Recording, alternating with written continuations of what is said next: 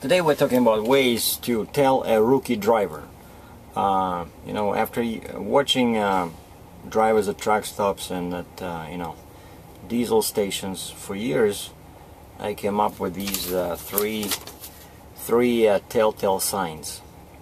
Now, first of all, a rookie driver always uses all the brakes when he or she parks the truck.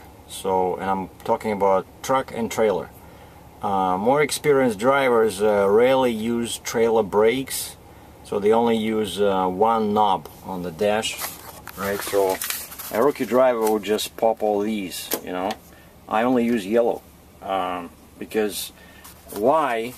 It's just as safe, but also it takes time for the air in the trailer airbags to go out and then go, and most importantly, go back in. So when you start your truck, when you're ready to leave, you have to wait because your trailer wheels will be blocked. You won't be able to move. So it's much faster to use just one knob, so to speak. Just use the brakes on your truck.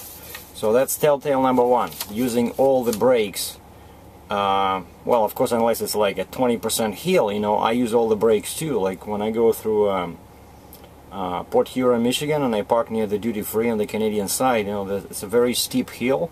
I don't trust just the truck brake. I use all the brakes, and I put the transmission in gear, and only then I exit the vehicle. But on a level surface, with a typical load, I only use one brakes on my truck. Now, telltale number two, and I noticed this like I don't know, I think I'm the only one who does this, but that's how I was taught. When you disconnect the truck from the trailer, basically when you drop your legs, right, the legs on the trailer, well, you unhook the fifth wheel, right, you drop your legs, and then you just move 2 inches. What I do, I open the left window, and I just move 2 inches till I hear the click, meaning that the jaws, the kingpin past the jaws, and you just really need like this much, and then I stop and I use my air suspension release button. That's a must do thing if you want to prolong the life of your fifth wheel.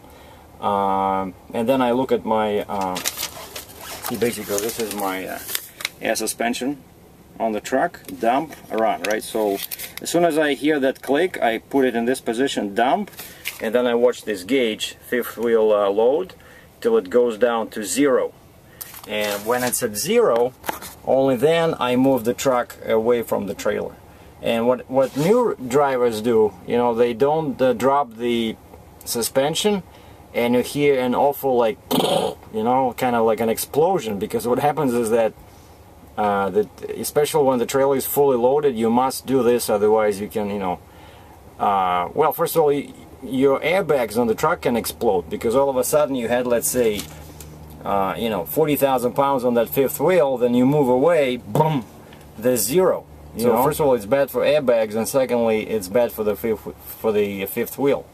So that's telltale number 2. Rookie drivers very rarely release air from the truck airbags before unhooking from the trailer.